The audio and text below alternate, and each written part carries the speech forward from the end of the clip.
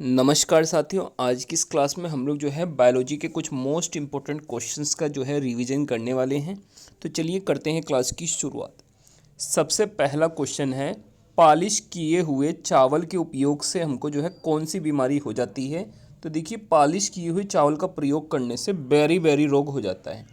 Berry रोग आपको पता होगा विटामिन B1 की कमी से भी होता है, और इसके अलावा जो है ये पॉलिश किए हुए चावल के उपयोग से ये रोग हो जाता है। दूसरा जो प्रश्न है अपना, ब्लू बेबी सिंड्रोम रोग, ये जो है किसके कारण से होता है।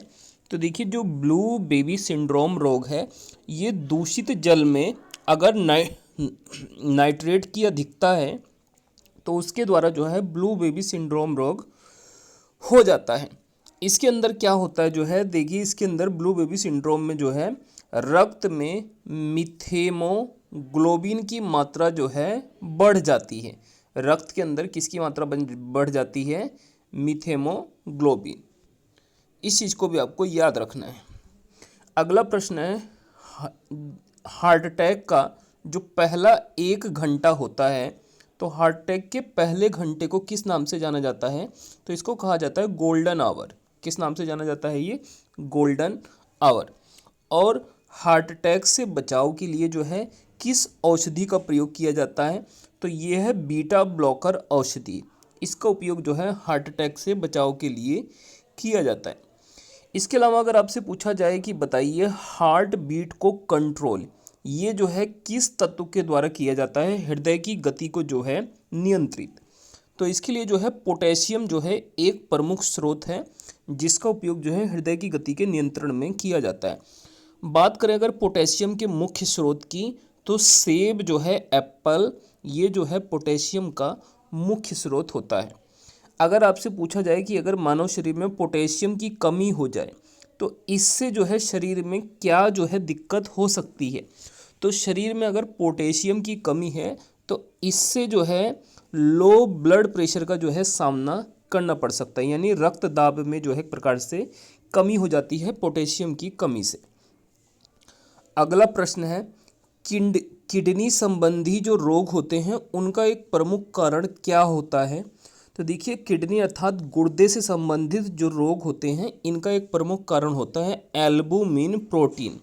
एल्बुमिन प्रोटीन जो है किडनी संबंधी जो है रोगों का एक प्रमुख कारण होता है। और ये एल्बुमिन प्रोटीन किसके अंदर उपस्थित होता है? तो जो रक्त के अंदर प्लाज्मा होता है उसके अंदर ये प्रोटीन जो है उपस्थित होता है। चलिए, अगला प्रश्न में हम लोग जो है कुछ प्रमुख तत्व और उन तत्वों का उपयोग कहाँ पर किया जाता है इसको जो है पढ़ते हैं।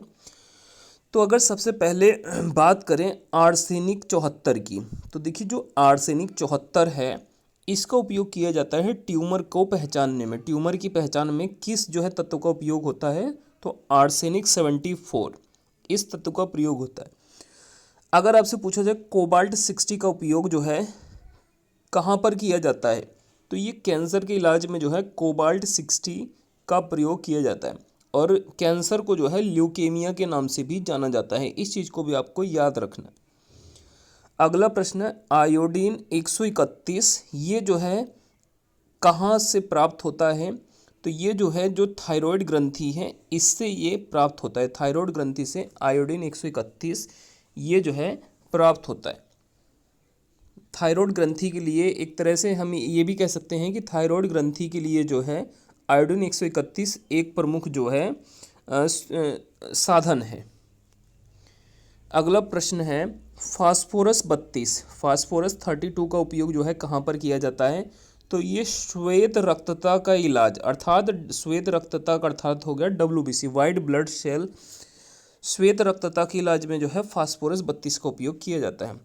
इसी प्रकार अगर आपसे पूछा जाए सोडियम 24 का उपयोग कहाँ किया जाता है? तो ये रक्त व्यतिक्रम में जो है सोडियम 24 का उपयोग किया जाता है। अगला जो अपना प्रश्न है वो है प्रमुख बीमारियां और इनसे कौन सा अंग प्रभावित होता है। तो सबसे पहले अगर हम बात करें फाइलेरिया रोग, इससे जो है लसिका ग्रंथि प्रभावित होती है। क्या प्रभावित होती है? फाइलेरिया रोग से लसिका ग्रंथि। इसी प्रकार अगर पीलिया रोग की बात करें, जिसको हम लोग जॉन्डिस के नाम से भी जानते हैं, तो इससे हमारा यकृत या लीवर जो है प्रभावित होता है। और लीवर शरीर की सबसे बड़ी जो है ग्रंथि होती है। इस चीज़ को भी आपको याद रखना है। इसी प्रकार जो निमोनिया रोग होता है, इससे हमारे फेफड़े प्रभावित होते हैं। निमोनिया से कौन सा अंग प्रभावित होता है? फेफड़े। इसी प्रकार आपसे पूछा जाए टाइफाइड रोग से कौन से अंग पर प्रभाव पड़ता है सबसे अधिक, तो टाइफाइड रोग से हमारी आंत प्रभावित होती है। इंटेस्टाइन को जो है टाइफाइड रोग से सबसे ज़्यादा नुकसान पहुंचता है। अगला प्रश्न है, अगर बात करें मायोपिया क्या होता है, तो मायोपिया देखिए निकट दृष्टि दोष होता है। निकट दृष्टि दोष को किस नाम से जाना जाता है? मायोपिया नाम से। निकट दृष्टि दोष में क्या होता है? निकट की वस्तुएं तो साफ साफ दिखाई देती हैं, लेकिन दूर का अस्पष्ट दिखाई देते हैं, अर्थात दूर की वस्तु साफ साफ दिखाई नहीं देती है। अगर आपसे पूछा जाए कि इस रोग का जो है निवारण या उपचार हम किस प्रकार से कर सकते हैं, तो देखिए अगर किसी को निकट दृष्टि दोष या मायोपिया रोग है तो उसके लिए जो है अवतल लेंस का प्रयोग किया जाता है। अवतल लेंस के प्रयोग से हम मायोपिया अर्थात निकट दृष्टि दोष को दूर कर सकते हैं। इसी प्रकार हमारा जो दूसरा रोग होता है वो होता है दूर दृष्टि दोष। दूर दृष्टि दोष, इसको किस नाम से जाना जाता है? इसका दूसरा नाम होता है हाइपरमेट्रोपिया। हाइपरमेट्रोपिया ये जो है एक प्रकार से जो है मायोपिया का उल्टा होता है। दूर दृष्टि दोष में दूर की वस्तुएं तो हमको साफ साफ दिखाई देती हैं, लेकिन निकट की वस्तुएं साफ साफ दिखाई नहीं देती हैं, और इसका निवारण किया जाता है उत्तल लेंस के उपयोग से। उत्तल लेंस के उपयोग से दूर दृष्टि दोष को ठीक किया जा सकता है। तो दोस्तों ये आज की हमारी जो है साइंस की एक मोस्ट इम्पोर्टेंट क्लास थी। अगर आप लोगों को ये क्लास अच्छी लगे तो आप लोग वीडियो को लाइक करके चैनल को ज़रूर से सब्सक्राइब कर लीजिए।